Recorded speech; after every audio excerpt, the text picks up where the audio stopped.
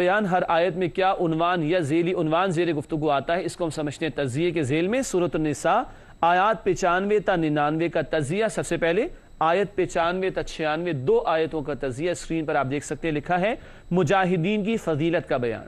اس کے بعد آیت نمبر 97 لکھا ہے اس کے تجزیے میں ہجرت نہ کرنے والوں کی حسرت ناک موت کا بیان۔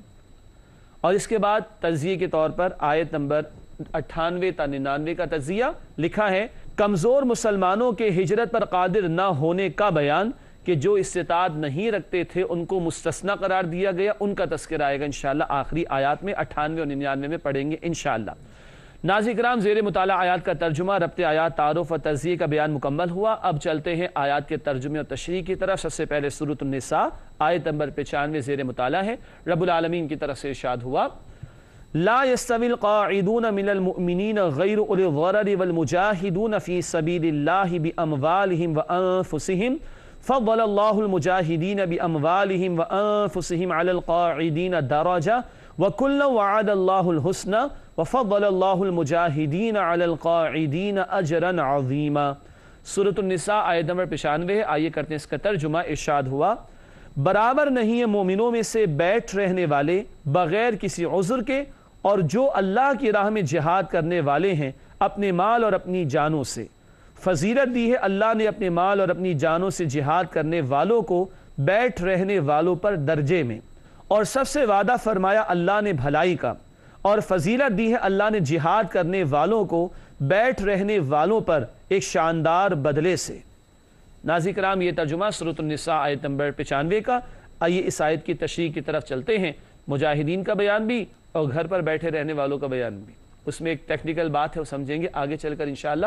پہلی بات تشریح میں اسکرین پر آپ دیکھ سکتے ہیں، لکھا ہے اللہ کی راہ میں مال و جان سے قتال کرنے والے مجاہدین کو بلا عذر گھر بیٹھے رہنے والوں پر درجے میں فضیلت دی گئی۔ کچھ لوگ نکلے ہیں اللہ کی راہ میں جہاد اور قتال کرنے کے لیے، کچھ نہیں نکلے ہیں، تو نکلنے والوں کا درجہ بہرحال بڑا ہے، ان کے لیے فضیلت ہے۔ کن کے مقابلے میں؟ جو ابھی گھروں میں بیٹھے ہیں۔ ایک بات ہو گئی۔ اگلی بات تشریح میں دیکھیے گا، جہاد میں عملی شرکت نہ کرنے والوں میں سے معذور افراد کو عذر کی بنا پر مستثنی قرار دیا گیا۔ کچھ وہ بھی ہوں گے جن کا کوئی عذر ہوگا، معذوری ہے، بیماری ہے، ان کو تو پکا استثناء ہے۔ اور ایک وقت وہ بھی ہوتا ہے، اس کا ذکر آگے کروں گا، کہ جب ہر ایک کا نکلنا لازم نہ ہو، جب ہر ایک کا قتال کے لیے نکلنا لازم نہ ہو۔ یہ ذکر ابھی آگے اور آئے گا تو پھر اس پر بات کریں گے انشاءاللہ۔ تو ابھی پہلی بات کیا ہے؟ جو نکلے ہیں ان کا اجر اور فضیلت زیادہ ہے کن کے مقابلے میں؟ جو گھروں میں بیٹھے۔ ایک دوسری بات، جو گھروں میں بیٹھے وہ بھی ہو سکتے ہیں جو معذور ہوں، بیمار ہوں، تو یہ تو ان کا پکا ایکسیپشن بن گیا، عذر بن گیا، استثناء مل گیا۔ لیکن یہ بھی کیفیت ہو سکتی ہے کہ ابھی ہر ایک کا نکلنا لازم نہ ہو، تو جو گھروں میں بیٹھے ان کا کوئی مواخذہ نہیں ہوگا، کوئی پکڑ نہیں ہوگی، مگر نکلنے والوں کے لیے درجہ اور فضیلت یقیناً زیادہ ہے۔ تیسری بات لکھی ہے تشریح میں، لیکن یہ مجاہدین کے ساتھ اجر میں برابر کے شریک ہیں کیونکہ ان کے عذر نے انہیں روکے رکھا۔ کون؟ جو بیماری کی وجہ سے، معذوری کی وجہ سے رکے رہے، ورنہ ارادہ تھا، ان کو بھی وہ اجر ملے گا جو نکلنے والوں کو ملے گا۔ کیوں؟ ان کا ارادہ تو تھا مگر بیماری آڑے آ گئی، معذوری آڑے آ گئی۔ لیکن بہرحال بات آ رہی ہے، جو نکلے ہیں ان کا اجر بیٹھے رہنے والوں سے زیادہ بتایا گیا ہے۔ اب ہے وہ ٹیکنیکل بات جو اگلے نقطے میں آئے گی انشاءاللہ۔ تاہم بھلائی کا وعدہ سب کے ساتھ ہے۔ کیوں؟ کوئی نہیں بھی ابھی نکلا تو اس کے نکلنے کو لازم نہیں کیا گیا۔ کیوں؟ وہ جملہ ہے اگلا جو اس کی وضاحت آ رہی ہے، نفیر عام کے وقت نکلنا ہر ایک کے لیے لازم ہوتا ہے۔ نفیر عام اس وقت نبی پاک علیہ السلام کا دور تھا، غزوہ تبوک واحد موقع ہے جب نفیر عام تھی۔ نفیر عام کا مطلب ناظرین کرام ہر ایک کا نکلنا لازم، مردوں کی بات ہو رہی ہے، عورتوں پر نکلنا لازم نہیں کیا گیا، تو ہر ایک کا نکلنا لازم ہے، وہ ہے نفیر عام۔ یہ جو پچھلی باتیں ہم نے سمجھی ان میں نفیر عام نہیں تھی، ہر ایک کے نکلنے کو لازم قرار نہیں دیا گیا تھا، چنانچہ کوئی گھر بیٹھا بھی رہا تو اس کی پکڑ نہیں ہوگی، بھلائی کا وعدہ ہر ایک سے۔ لیکن جب نفیر عام آئے گی تو ہر ایک کا نکلنا لازم ہوگا، پھر جو نہیں نکلے گا وہ گناہ گار ہوگا اللہ کے نزدیک۔ ناظرین کرام، اس کے بعد آیت نمبر 96 سورۃ النساء کی، آئیے اس کا مطالعہ کریں۔ ارشاد ہوا رب العالمین کی جانب سے، درجات منہ ومغفرۃ ورحمہ وکان اللہ غفورا رحیما۔ سورۃ النساء آیت نمبر 96، آئیے کرتے ہیں اس کا ترجمہ۔ ارشاد ہوا یہ درجے ہیں اللہ کی طرف سے اور بخشش اور رحمت، اور اللہ بہت بخشنے والا ہمیشہ رحم فرمانے والا ہے۔ ناظرین کرام، ترجمہ ہوا سورۃ النساء آیت نمبر 96 کا۔ آئیے اس کی تشریح کی طرف چلتے ہیں۔ لکھیے پہلی بات تشریح کے اعتبار سے، راہ حق میں جان و مال سے قربانیاں دینے والوں کے لیے شاندار اجر، اللہ ہمیں ان میں شامل فرمائے۔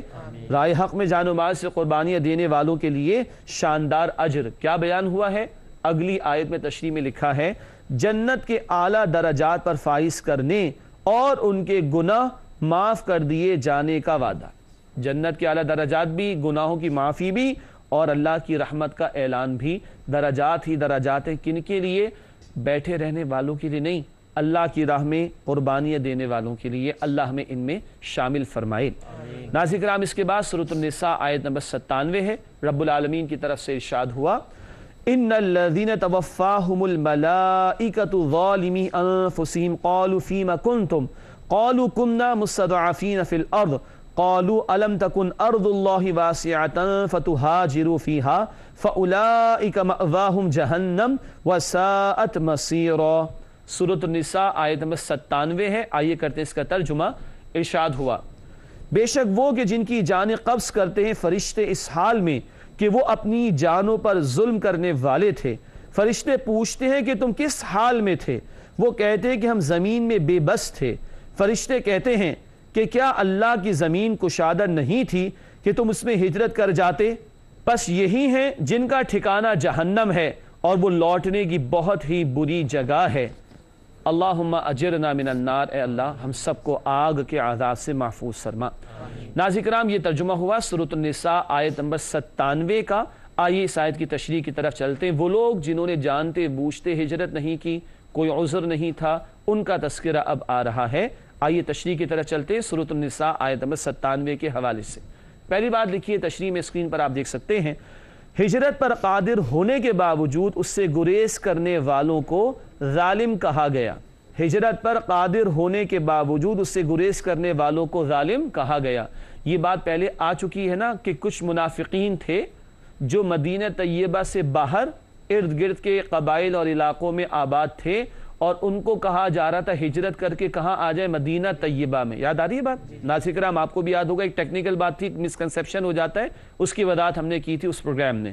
دوسری بات یہ ہے کہ منافقین پر جو چند باتیں بہت بھاری تھی، ان میں یہ بھی تھی کہ اللہ کی راہ میں ہجرت نہیں کرتے تھے۔ یہاں انہی کی طرف اشارہ، قدرت ہونے کے باوجود ہجرت سے گریز کرنے والوں کو کیا کہا جا رہا ہے؟ ظالم۔ وہ ظلم کیا کر رہے ہیں؟ اللہ رب العالمین کے حکم پر اور نبی علیہ الصلوۃ والسلام کی پکار پر لبیک نہیں کہہ رہے۔ اگلی بات تشریح میں لکھی ہے ارض اللہ، یعنی اللہ کی زمین۔ ارض اللہ سے مراد ہر وہ جگہ ہے جہاں انسان اللہ کے دین پر عمل کرنے کی غرض سے ہجرت کرے۔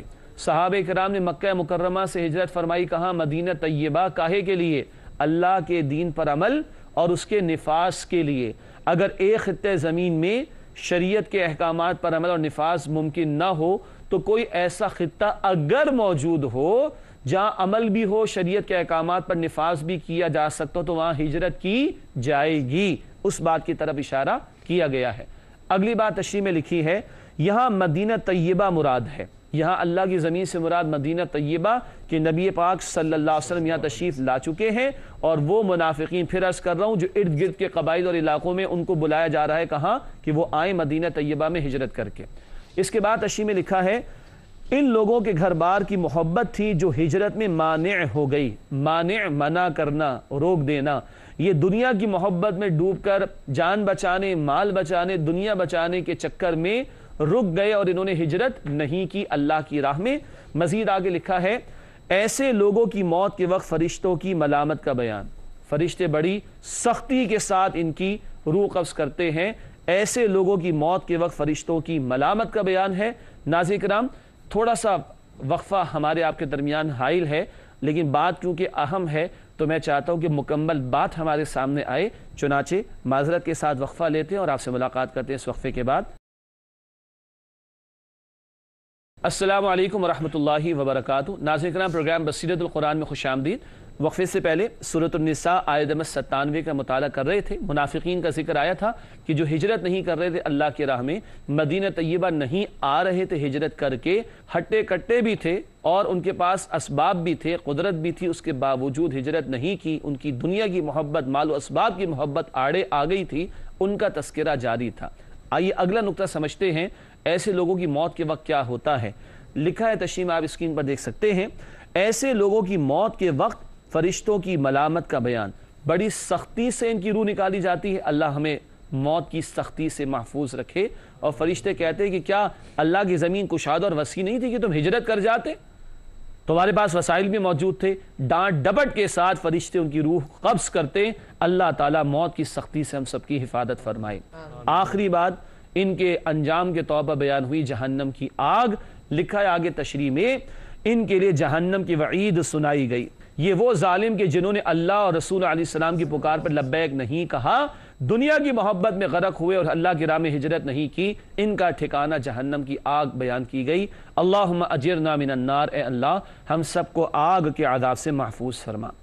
ناظرین کرام, اس کے بعد سورۃ النساء آیت نمبر 98, آئیے اس کا مطالعہ شروع کریں. رب العالمین کی طرف سے ارشاد ہوا, إِلَّا الْمُسْتَضْعَفِينَ مِنَ الرِّجَالِ وَالنِّسَاءِ وَالْوِلْدَانِ لَا يَسْتَطِيعُونَ حِيلَةً وَلَا يَهْتَدُونَ سَبِيلًا. سورۃ النساء آیت نمبر 98 ہے. آئیے کرتے ہیں اس کا ترجمہ. ارشاد ہوا, سوائے وہ بے بس مرد, عورتیں اور بچے جو نہیں کر سکتے کوئی تدبیر ہجرت کی اور نہ ہی وہ پاتے ہیں کوئی راستہ. ناظرین کرام, یہ ترجمہ سورۃ النساء آیت نمبر 98 کا. آئیے چند نکات اس آیت کی تشریح کے حوالے سے سمجھتے ہیں. سب سے پہلی بات لکھی اسکرین پر آپ دیکھ سکتے ہیں, ہجرت سے مستثنا قرار دیے جانے والوں کا بیان. مستثنا تو سمجھ آ گیا نا, استثنا ایکسیپشن, ٹھیک ہے, جن کا عذر قابل قبول ہے ان کا بیان ہو رہا ہے. لکھا ہے ہجرت سے مستثنا قرار دیے جانے والوں کا بیان اور ان کی وضاحت اگلے نقطے میں. آئیے اگلے نقطے کی طرف چلتے ہیں. اس آیت کی تشریح کے اعتبار سے لکھا ہے, کمزور لوگوں سے مراد بیمار, معذور, بچے, بوڑھے, عورتیں اور کافروں کی قید میں پڑے ہوئے مسلمان ہیں جو ہجرت پر قادر نہ تھے.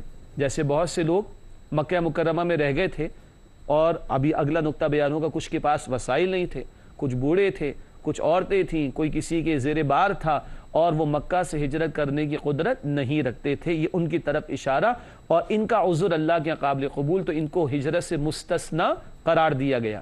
آگے اسی کے تسلسل میں لکھا ہے, بعض کے پاس سواری نہ تھی, بعض پیدل سفر کی مشقت اٹھانے کے قابل نہ تھے. 500 کلومیٹر کا فاصلہ ہے مکہ مکرمہ سے مدینہ طیبہ, بہت طویل سفر, ٹھیک ہے. بعض پیدل سفر کی مشقت اٹھانے کے قابل نہ تھے, بعض راستے سے نا واقف تھے. یہ کچھ ان کے عذر ہیں جو اللہ تعالیٰ نے بیان فرمائے اور ان کی ہجرت کے حوالے سے ان کو استثناء دے دیا گیا. دین ہمارا بڑا پیارا ہے, مشکلات میں آسانیاں عطا فرماتا ہے اور ایسے ایکسیپشنز کی بھی گنجائش اور فلیکسیبلٹی عطا کرتا ہے. ناظرین کرام, آج کے مطالعے کے اعتبار سے آخری آیت ہے سورۃ النساء آیت نمبر 99. آئیے اس کا مطالعہ شروع کریں. ارشاد ہوا رب العالمین کی جانب سے, فَأُولَئِكَ عَسَى اللَّهُ أَن يَعْفُوَ عَنْهُمْ وَكَانَ اللَّهُ عَفُوًّا غَفُورًا. سورۃ النساء آیت نمبر 99. آئیے کرتے ہیں اس کا ترجمہ. ارشاد ہوا, سو ان کے بارے میں امید ہے کہ اللہ ان سے درگزر فرمائے گا اور اللہ بہت درگزر کرنے والا, بہت بخشنے والا ہے. ناظرین کرام, یہ ہوا ترجمہ سورۃ النساء آیت نمبر 99 کا. آئیے اس آیت کی تشریح میں دو باتیں سمجھتے ہیں. پہلی بات اسکرین پر آپ دیکھ سکتے ہیں, لکھا ہے اللہ تعالیٰ نے اس کمزور طبقے کو ہجرت سے مستثنا قرار دے دیا.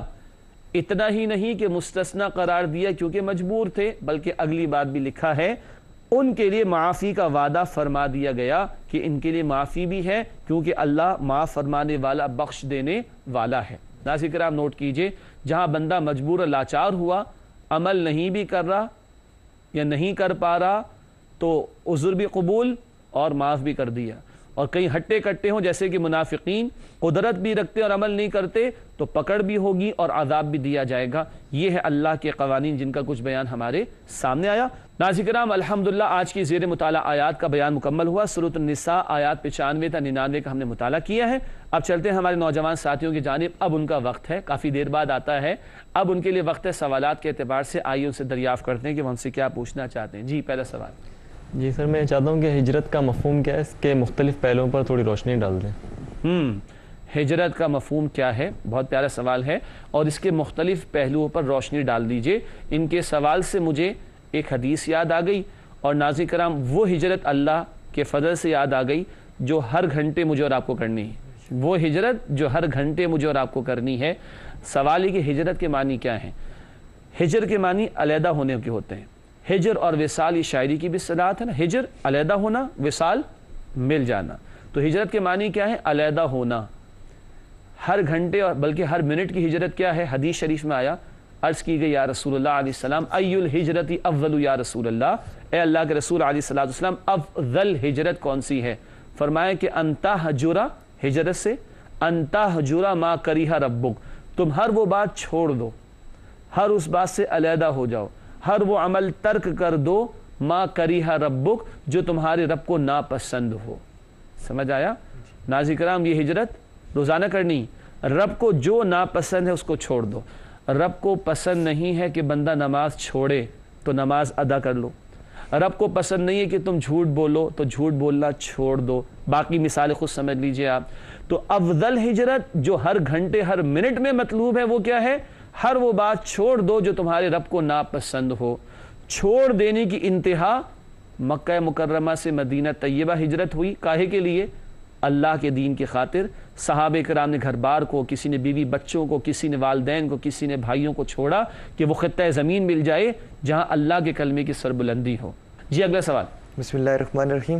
آیت نمبر 97 میں جن لوگوں پر فرشتوں نے ملامت کی ہے تو ان لوگوں پر جنہوں نے اپنی جانوں پر جو ہے نا ظلم کیا، یہاں ظلم سے کیا مراد ہے؟ اس کی مزید جو ہے نا وضاحت کر دیجیے۔ ٹھیک ہے، فرشتوں کی ملامت کا ذکر آیا کچھ لوگوں کے حوالے سے، قرآن کا ظالمی انفسیم کہ وہ اپنی جانوں پر ظلم کرتے ہیں، تو یہ ظلم کرنے سے کیا مراد ہے؟ بہت قیمتی سوال ہے۔ ایک اور اصطلاح سمجھ لیتے ہیں، پہلی ہجرت کی سمجھی، اب ظلم بھی سمجھ لیں۔ ظلم کیا ہوتا ہے؟ عربی میں کہتے ہیں وضع الشیء فی غیر محلہ، کسی شے کو اس کے اصل مقام سے ہٹا دینا۔ ٹھیک ہے، پانی پینا ہے نا تو یہاں رکھا ہوا ہے، آپ کے پاس بھی رکھا ہوا ہے، یہ ٹھیک ہے، کوئی اٹھا کے اس کو بالکل باہر صحن کے کونے میں جا کے رکھ دے تو یہ ظلم ہو جائے گا لغوی اعتبار سے کہ ایک شے کو اس کے اصل مقام سے ہٹا دیا گیا۔ بندے کا اپنی جان پر ظلم کیا ہے؟ بندے سے تقاضا ہے کہ بندہ بنے، رب جو کہے اس کو مانے، رب کے رسول علیہ السلام جو تقاضا کرے اس پر عمل کرے۔ ایسا ہی نا، جب بندہ ان تقاضوں کو فراموش کرتا ہے تو کیا کرتا ہے؟ ظلم کرتا ہے کہ اپنی اوقات سے ہٹ گیا اور اپنی صحیح پوزیشن سے ہٹ گیا۔ یہ منافقین تھے جن کو حکم تھا ہجرت کرو، یہ منافقین تھے جن کو کہا نبی علیہ السلام کی پکار پر لبیک کہو، مگر یہ دنیا کی محبت میں غرق ہوئے اور اللہ کی راہ میں انہوں نے ہجرت نہ کی، تو قرآن کہتے ہیں انہوں نے اپنی جانوں پر ظلم کیا۔ ناظرین کرام، اگر آج ہم اللہ اور اللہ کے رسول علیہ السلام کے احکامات پر عمل نہیں کر رہے تو یہ بھی کیا ہے؟ ظلم ہے۔ اللہ اس سے ہمیں بچنے کی توفیق عطا فرمائے۔ آمین۔ جی احمد، آپ کا سوال کیا ہے؟ سر میرا سوال بھی ہجرت کے حوالے سے ہے۔ اچھا بتائیے۔ وضاحت کیجئے کہ دین کے لیے کس قسم کی ہجرت مقصود ہے؟ دین کے لیے کس قسم کی ہجرت مقصود ہے؟ ماشاءاللہ۔ اور سوال یہ ہے کہ دین کے لیے ہجرت کا مفہوم کیا ہے؟ یا جتنی مائگریشن ہو رہی ہے یہ روپے پیسے کے لیے تو ہے، بہتر لیونگ اسٹینڈرڈ کے لیے تو ہے، لیکن سوچئے کہ اللہ کے دین کے لیے ہجرت وہ کیا ہے؟ آغاز اس کا وہ جو صہیب سے سوال کیا تھا، ہر بات جو اللہ کو ناپسند ہے اس کو چھوڑ دو، اور انتہا کیا؟ اگر ایک خطہ زمین میں زندگی بالکل ہی اجیرن ہو جائے، جان کے در پہ ہو جائیں لوگ، اور دین پر عمل اور دین کا نفاذ ممکن نہ رہے، تو پھر تلاش کرو اگر کوئی خطہ زمین ایسا ہو جہاں دین کا نفاذ ممکن ہو سکے تو وہاں ہجرت کر جاؤ، جیسے مکہ مکرمہ سے ہجرت ہوئی کہاں؟ مدینہ طیبہ کی طرف۔ ناظرین کرام، الحمدللہ سوالات اور ان کے جوابات آپ کی خدمت میں پیش کیے گئے۔ پروگرام کے آخری لمحات میں مختصر سیگمنٹ شامل کرتے ہیں۔ آج بھی ایک دلچسپ نقطہ ہے قرآنی معلومات کے سیگمنٹ میں، نوٹ کیجئے گا، لکھا ہے اسکرین پر، آپ دیکھ سکتے ہیں 3 صورتیں، سورہ احزاب، طلاق اور تحریم۔ 3 صورتیں، سورہ احزاب، طلاق اور تحریم کا آغاز یا ایہا النبی کے الفاظ سے ہوتا ہے۔ اے نبی صلی اللہ علیہ وسلم کہہ کر اللہ نے خطاب فرمایا 3 صورتوں میں۔ صورت کا آغاز ہوا یا ایہا النبی کے الفاظ سے، احزاب، طلاق اور تحریم میں۔ قرآنی معلومات کے بعد حاصل مطالعہ کا سیگمنٹ، جن باتوں کو ہم نے تفصیل سے سمجھا، آخر میں ان کا مختصر بیان ایک راؤنڈ اپ کے طور پر۔ پہلی بات لکھی حاصل مطالعہ میں، مجاہدین کو جہاد میں شرکت نہ کرنے والوں پر درجات اور فضائل کے اعتبار سے برتری حاصل ہے، نکلنے والوں کا درجہ بلند ہے۔ اللہ ہمیں بھی کھڑا ہونے اور نکلنے کی توفیق عطا فرمائے دین کی سربلندی کے لیے۔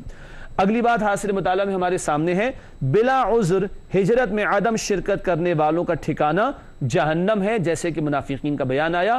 تیسری اور آخری بات حاصل مطالعہ میں، کمزور اور مجبور مسلمانوں کے ہجرت نہ کرنے پر مواخذہ نہیں ہے، ان کا عذر قابل قبول، کو بیمار یا معذور ہے، یا بوڑھے اور بچے اور عورتیں ہیں، ان کو استثناء بھی دیا گیا اور ان کی معافی کا اعلان بھی کیا گیا۔ ناظرین کرام، حاصل مطالعہ کے بعد جائزے کا سیگمنٹ ہے، تھوڑا کریٹیکل ہوتا ہے کہ جہاں اندر جھانکنے کی صورت پیش آتی ہے، تلاش کرتے ہیں ہم جواب۔ 3 سوالات جائزے کے طور پر آج بھی۔ پہلا سوال بہت توجہ سے، دین کا انقلابی تصور کیا ہم اللہ کی زمین پر خلافت کے نظام کے قیام کے لیے کوشاں ہیں؟ وہ خلافت کہاں ہے؟ وہ اللہ کے کلمے کی سربلندی کہاں ہے؟ وہ دین جو بڑی شان سے نکلا تھا وطن سے، پردیس میں آج غریب الغربا ہے۔ اللہ پوچھے گا، اللہ کل ہم سے پوچھے گا۔ سوال یہ ہے کہ کیا ہم اللہ کی زمین پر خلافت کے نظام کے قیام کے لیے کوشاں ہیں؟ دوسرا سوال، کیا ہم گناہوں کو ترک کرنے والی روزمرہ کی ہجرت پر عمل پیرا ہیں؟ سوال میں نے بھی کر لیا، سوال اتفاق سے پہلے آ بھی چکا ہے۔ روزمرہ کی ہجرت کیا ہے؟ گناہوں کو چھوڑنا۔ تیسرا اور آخری سوال، کیا آج اللہ کی خاطر ہم اپنی پسندیدہ چیزیں اور گھر بار بھی چھوڑنے کے لیے تیار رہتے ہیں؟ فجر کی نماز کے لیے بستر چھوڑنے کو تیار ہیں؟ تو شہادت کی تمنا کیسے کریں گے؟ اور خلافت کے نظام کے لیے میدان میں کیسے آئیں گے؟ اور یہ نہ کیا تو کل اللہ کو اور اللہ کے رسول علیہ السلام کو کیا جواب دیں گے؟ آخری 2 باتیں، گزشتہ سوال کا جواب۔ سوال ہم نے رکھا تھا پچھلے پروگرام میں، اے ہمارے رب ہم پر ایسا بوجھ نہ ڈال جس کو اٹھانے کی طاقت ہم میں نہیں۔ یہ بات کس آیت میں بیان کی گئی؟ امید جواب آپ کو مل گیا ہوگا۔ سورۃ البقرہ کی بالکل آخری آیت نمبر 286، ربنا ولا تحملنا ما لا طاقت لنا بہ، اے ہمارے رب ہم پر ایسا بوجھ نہ ڈال جس کو اٹھانے کی طاقت ہم میں نہیں۔ درست جواب ہے البقرہ آیت نمبر 286۔ آج کا سوال نوٹ کیجئے گا، دعائیہ کلمات پر مبنی ہے۔ اے ہمارے رب تو ہر عیب سے پاک ہے، پس ہمیں آگ کے عذاب سے بچا لے۔ اے ہمارے رب تو ہر عیب سے پاک ہے، پس ہمیں آگ کے عذاب سے بچا لے۔ یہ بات کس آیت میں بیان کی گئی ہے؟ یہ بات سورہ آل عمران میں تلاش کر لیجئے گا، دعاؤں میں مل جائے گی انشاءاللہ۔ یہ ہنٹ کافی ہے، اگلے پروگرام میں اس کا جواب آپ کے سامنے رکھیں گے۔ ناظرین کرام، اسی کے ساتھ ہمارے پروگرام کا وقت مکمل ہوتا ہے۔ آپ تمام ساتھیوں کا بہت شکریہ، اللہ آپ کے اخلاص، علم اور عمل میں اضافہ عطا فرمائے۔ ناظرین کرام، قاضی صاحب کو، ہم سب کو، ہماری پوری ٹیم کو اور کیو ٹی وی کی مینجمنٹ کو اپنی دعاؤں میں یاد رکھیے گا۔ اسی کے ساتھ اجازت، وآخر دعوانا ان الحمدللہ رب العالمین، والسلام علیکم ورحمۃ اللہ وبرکاتہ۔ اللہ کا کلام پڑھایا رسول